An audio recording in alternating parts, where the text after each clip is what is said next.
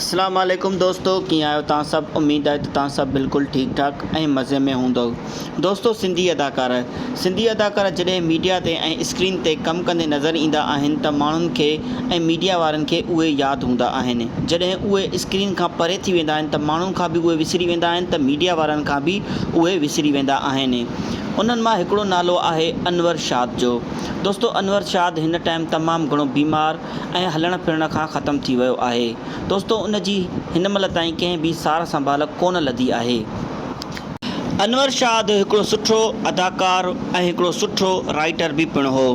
दोस्तों, अनवर शाद हिन टाइम तमामु घणो बीमार आहे ऐं हलण फिरण खां वेहिजी वियो आहे। दोस्तों, अनवर शाद जी हिन टाइम कंहिं बि सार संभाल कोन लधी आहे। दोस्तों, अनवर शाद सिंधी मीडिया ते कमु करे पंहिंजो गुज़र सफ़र कंदो हो। दोस्तों, हूअं बि सिंधी मीडिया जे अदाकारनि खे एतिरो मुआवज़ो कोन मिलंदो आहे। मिड़ई घर ख़र्च जेतिरा पैसा मिलंदा आहिनि सो बि पूरा कोन पवंदा आहिनि। दोस्तों, अनवर शाद हिन टाइम तमामु घणो बीमार आहे।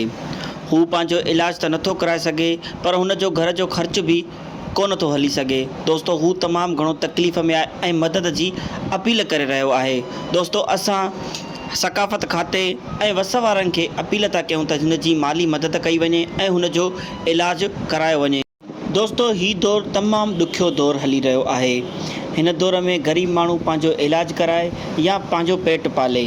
दोस्तों, अनवर शाद जे घर में तव्हां ॾिसी सघो था त हिन टाइम कुझु बि कोन आहे। हू सफ़ा ग़रीब आहे। असां हिकु दफ़ो ॿीहर तव्हांखे अपील करे रहिया आहियूं त उन जी माली मदद कई वञे। दोस्तों, हिन वीडियो खे तमामु घणो खां घणो शेयर कयो जीअं हीउ वीडियो वस वारनि वटि पहुची वञे। महिरबानी।